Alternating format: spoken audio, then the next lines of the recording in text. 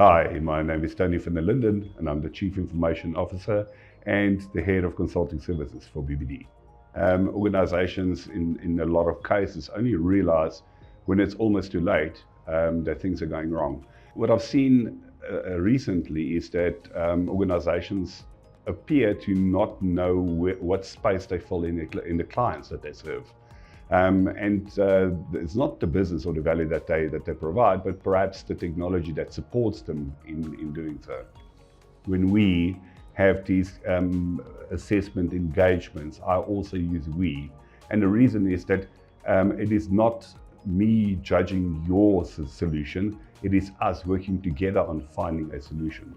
When we start talking about the health of a platform, we see indicators in a lot of things. As I mentioned, the way that we serve the client becomes more difficult.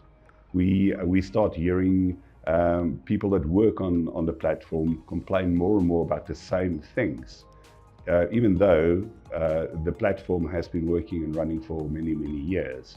We typically look at these instances and call it some type of debt, the concept that started with technical debt, but there's also platform debt, there's documentation debt. Technical debt is this concept that technically we have been taking shortcuts.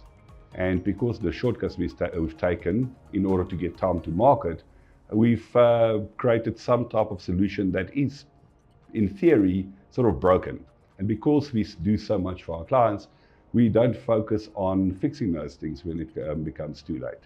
So sometimes we fail to measure the health of the solution or of the platform based on the things that we naturally have access to, like the metrics, how well the platform is behaving on the environment that it works on, be it a cloud environment, be it an on-prem environment.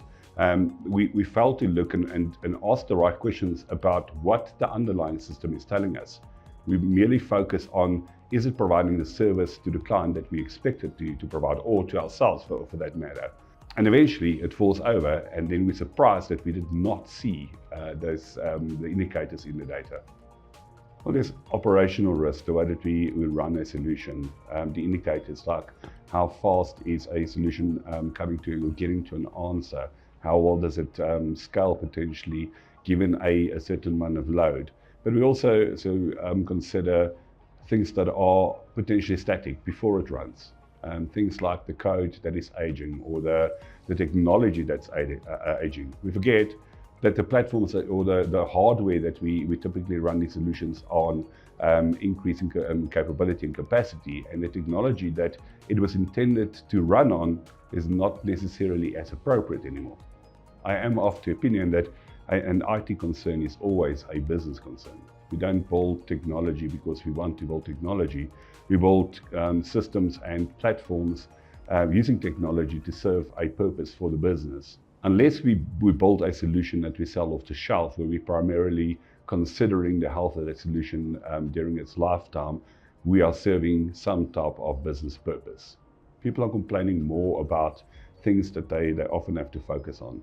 I've always considered a good IT team to be those with a good golf handicap. If you've got an IT team with a good golf handicap, your systems are working well. Technical debt is an indicator that things have gone wrong for a long time. And people complaining about having to spend more time resolving issues in a space that continuously breaks is a good indicator that we've got some serious problems. I think the first indicator for me, and what I've seen often, is an inability to find the right people to do that work. From a scaling perspective, indicators that I need to actually change foundational parts of the solution in order to scale. From a modernized perspective, is not being able to change or mature the solution that we have created to work on a modernized environment like a cloud environment, or consume AI for that matter and use it to add value to the solution. Launching something new is always an interesting case.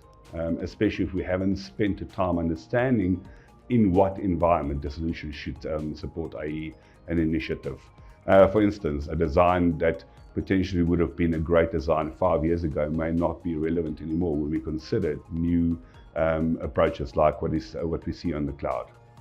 I've been involved in these technology assessments for more than 10 years, and over the 10 years there are many examples that stand out One example would be something like the investigation was very much about understanding the health of a software application and the bits that made the software application deliver the value that it was supposed to. It was revealed at the end that a lot more around the engineering practice that supports the building of the solution was impaired. Teams weren't well structured. Teams didn't know their responsibility within the macro environment that we're operating in. And the processes and practice that was supposed to support them were outdated and was not focused on the speed that they were supposed to deliver at. From a technical perspective, we see the same thing. I always start off an engagement celebrating the fact that we've been able to get as far as we have. And it's always a good thing because the solutions obviously add value. When you start unpacking, you start seeing all those shortcuts that were taken over many years. I mentioned technical debt, and obviously talking about those shortcuts as technical debt, where time to market was a priority over best practice. I think in a lot of cases where we do these sort of due diligence exercises, we uncover these things. The assumption is that the solution is good, it's serving its purpose. But underneath the bonnet, we find a lot of gremlins. For some, it's difficult, for others, it is not.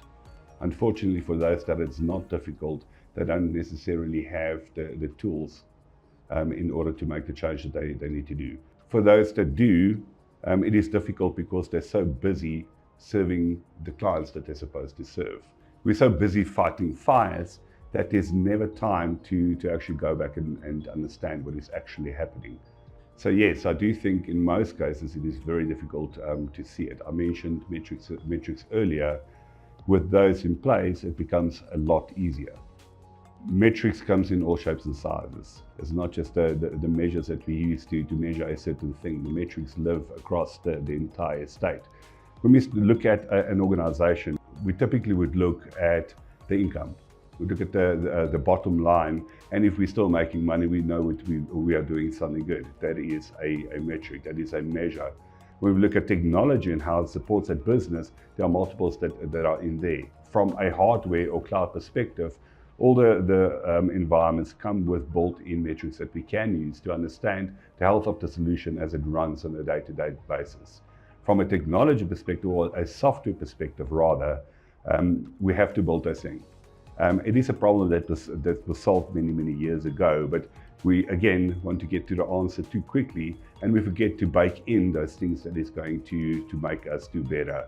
So from a platform engineer perspective, this is where we start seeing good things happening in the space. People that are dedicated, that understand measures and metrics and build them in from scratch. They're not bothered by what the business requirements are. They're bothered about what we're going to look like 10 years from now. When we're assessing a platform, we typically would want to start with finding all the information that supports what we need to do. Finding documentation for a solution that's been in the production environment for the last 20 years is very difficult. In a lot of cases, we build systems to solve problems, and we sometimes give up an opportunity to go and document things properly. And it's okay, because in a lot of cases, the code that supports what we need to do is in a way self-documenting. You could go through it. It takes a lot longer to go through all the code to understand what it's supposed to do. So documentation is typically a good place to start.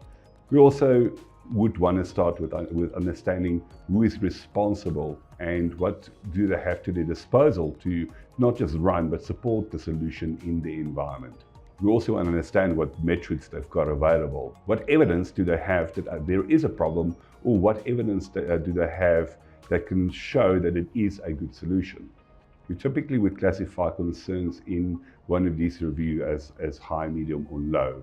And we also want to ensure that as we do remediations, we are able to fix those things that we can fix quickly to add value sooner.